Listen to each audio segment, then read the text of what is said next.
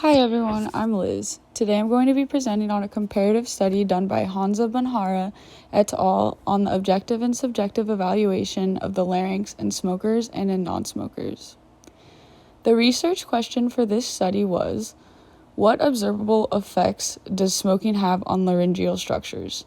The purpose was to compare characteristics of the larynx and acoustic voice properties of smokers and non-smokers.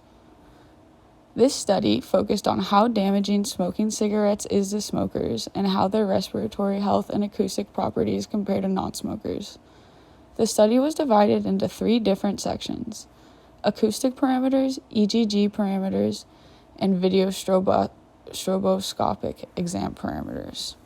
Some examples of acoustic and EGG parameters measured were fundamental frequency, which refers to perceptual pitch in speech, jitter, which refers to variation in perceptual pitch, shimmer, which refers to variation in perceptual loudness, and fundamental frequency tremor, which refers to perceptual pitch tremor.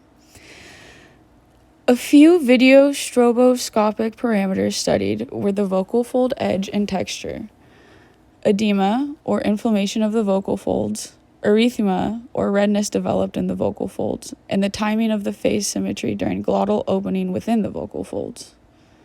The participants of this study were 50 male smokers and 50 male non-smokers between 18 and 60 with no voice complaints at the time of the study. A smoker was considered someone who smoked at least 2 cigarettes a day for at least a year, and a non-smoker was someone who hadn't smoked for at least 5 years. The results of this study exemplify that smokers tend to have significantly different acoustic properties as well as significant effects on the laryngeal structure itself. The data concluded that smokers have lower perceptual pitch as well as a higher variation in pitch. Their levels of variation in perceptual loudness were also noticeably higher than that of non-smokers.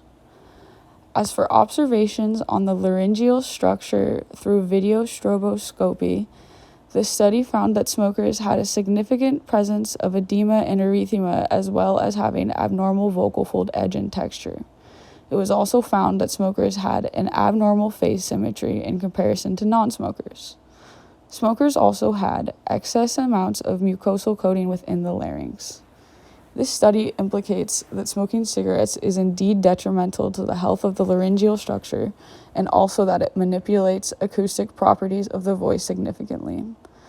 The article did not mention any limitations while performing this study. Thank you all for taking the time to listen to my presentation.